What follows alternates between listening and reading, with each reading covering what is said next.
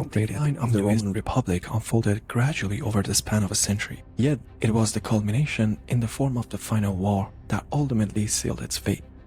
This conflict witnessed the mightiest Roman armies engaged in a harrowing spectacle of bloodshed, featuring one of the history's most monumental naval clashes, the Battle of Actium.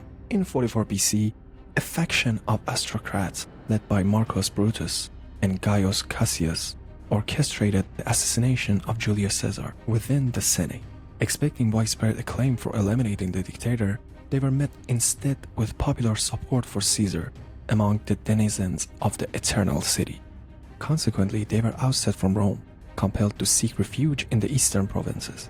Meanwhile, in Rome, Caesar's heir Gaius Octavian, alongside his generals Mark Antony and Marcus Lepidus, forged a new coalition known as the Second Triumvirate. Ostensibly, their aim was to safeguard the Republic, yet their true agenda entailed avenging Caesar and consolidating their authority. In 42 BC, Octavian and Antony marshaled their 19 legions against the 17 legions commanded by Brutus and Cassius. The confrontation ensued in Macedonia at Philippi, culminating in a resounding victory for the nascent Triumvirate. Subsequently, both Brutus and Cassius met their demise by their own hands. With their demise, the Triumvirate assumed control of Rome, partitioning its provinces amongst themselves. At Brindisi in 14 BC, Octavian secured the western territories of Republic, while Antony claimed domination over the eastern provinces and Lepidus was allocated Africa. Despite the proclamation of Italy as neutral territory, Octavian effectively wielded control over it. In a bid to fortify their alliance, Octavian orchestrated the union of Antony with his sister Octavia. However, given their respective claims to Caesar's legacy, conflict loomed inevitable. Moreover, they faced adversaries on other fronts. Sextus, the son of Pompey, capitalized on the chaos, seizing control of Sicily, Sardinia, and Corsia. His formidable navy commanded the seas, posing a dire threat to Italy. Faced with urgency, Octavian sought to buy time. Hence, in 39 BC, a pact was struck in Misenum between the Triumvirate and Sextus, ostensibly affirming his existing holding and granting him authority over the Peloponnese. However, none of the signatories adhered to the agreement in good faith, with Sextus maintaining his presence in Italy, thereby disrupting the vital grain supply to Rome and precipitating a food crisis. Octavian was compelled to take decisive action against Sextus. His initial attempt to conquer Sicily faltered in 37 BC as his navy suffered 2 defeats near Messina. It became evident that Octavian required assistance, leading to negotiations with Antony to bolster his naval strength. Antony, who was planning a campaign against Parthia, sought additional recruits from Italy, mediated by Octavia. The discussions resulted in Antony providing Octavia with 120 ships and a promise of 20,000 legionaries in return. Additionally, they agreed to extend the Triumvirate for another 5 years.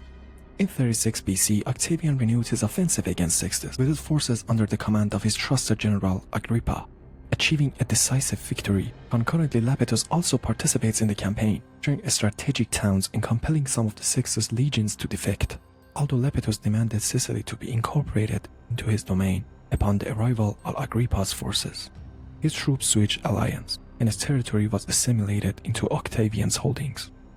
The successor of Caesar found himself commanding an unprecedented 45 legions, yet these soldiers demanded compensation in land, heralding an impending crisis for Octavian. Meanwhile, in the east, Antony was solidifying his territories. He extended invitation to various client kings, including Cleopatra of the Ptolemaic dynasty, Queen of Egypt. While Roman accounts depicted Antony as enamored with her, it appeared that initially he viewed her primarily as a strategic asset to further his ambitions. Seeking to expand his influence and conquer the Parthian kingdom, Antony relied on support from these client states. Their marriage ceremony was likely a calculated political maneuver, as Antony was aware of its controversial nature. Additionally, he allocated Cleopatra certain territories of the former Ptolemaic domain, ostensibly for naval construction purposes due to their timber wealth. Modern historians view these gestures not as acts of romantic endearment, but as shrewd political tactics exploited by Octavian's propaganda machine. Back in Rome, the political situation in Parthia grew increasingly convoluted. following the ascension of Brutus, who eliminated his father and brother to seize the throne. Antony initiated his campaign against Parthia in 36 BC by dispatching his general Lepidus to launch an incursion into the Caucasus, commanding one of the largest Roman field armies in history. Antony's forces purportedly swelled to over 100,000 soldiers, with the inclusion of Armenian cavalry. However, the campaign got off to a rocky start, as Antony's supply train fell prey to ambush, resulting in the loss of the vital provisions and artillery. Compounding his woes, the Roman forces found themselves deserted by the Armenian king Augustus. Undeterred, Antony pressed onward, yet the Parthians, opting for hit-and-run tactics, continually harassing his army through a series of skirmishes. Ultimately, Antony was compelled to retreat, suffering significant casualties, amounting to 2/5 of his forces in a single campaign. Taking refuge in Alexandria with Cleopatra, Antony's relationship with Octavian deteriorated steadily. As promised, reinforcements failed to materialize. His decisions to send his sister back to Rome, coupled with Octavian's military exploits in Illyricum aimed at bolstering his popularity, further eroded Antony's standing. In a bid to salvage his prestige, Antony annexed the Caucasus in 34 BC and celebrated his conquest with a triumphant procession in Alexandria. However, this move backfired, as Antony's subsequent grant of the new territories to Cleopatra and her heirs, known as the Donation of Alexandria, met with Senate opposition, precipitating an inevitable conflict. Octavian, wary of the conflict being labeled a Roman civil war, declared war on Cleopatra, anticipating Antony's alliance to the queen. Antony and Cleopatra began amassing their forces in Athens by 32 BC, boasting approximately 100,000 land troops and 500 warships. Cleopatra's substantial war chest financed the entirety of their campaign. In response, Octavian mustered an equal number of forces, commanded 300 ships under his trusted general, Agrippa. Each leader in the spring of 32 BC strategically deployed their troops and ships along the coastline, establishing garrisons and preparing for impending showdown. In the spring of 32 BC, each emperor deployed his troops and ships along the coastline, establishing garrisons, with the majority of the battle vessels positioned in the Gulf of Actium.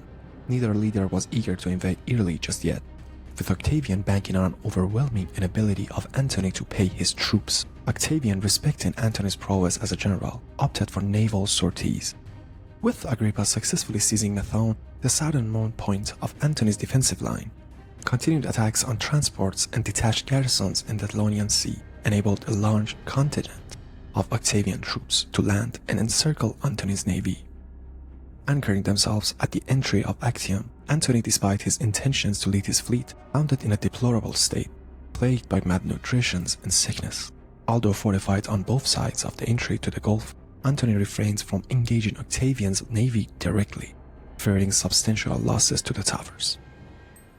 This standoff persisted for months, with Antony attempting to besiege the enemy camp before eventually abandoning the northern side of the strait. While Octavian received reinforcements, Antony suffered further losses due to defection and illness, compounded by Agrippa's assault on his garrison as Leucas. Leaving Antony besieged and isolated, faces dwindling support from his client kings and dwindling options. Antony was compelled to either abandon his fleet and retreat by land with his army or attempt to break the naval blockade. Under pressure for Cleopatra, Antony chose the latter, aiming to safeguard the war chest and retreat safely to Alexandria. Despite possessing 400 vessels against Antony's 215, Octavian's smaller ships confronted Antony's divided fleet, led by Cleopatra in reserve. As the engagement unfolded, Antony's heavy ships flanked the enemy, while the Cleopatra squadron remained idle until breaching the enemy's center. While debates ensued regarding Cleopatra's intentions, her sudden maneuver caught Octavian's forces off guard, prompting Antony's abandonment of his ship and subsequent naval defeat. Antony's forces ceased resistance, leading to widespread defection and ultimately the end of the war. Despite a small engagement near Alexandria's in 34 BC, Antony and Cleopatra were compelled to commit suicide, marking the conclusion of the final war of Roman Republic and the rise of the empire. In 24 BC, Octavian assumed the title of Augustus, becoming Rome's first emperor.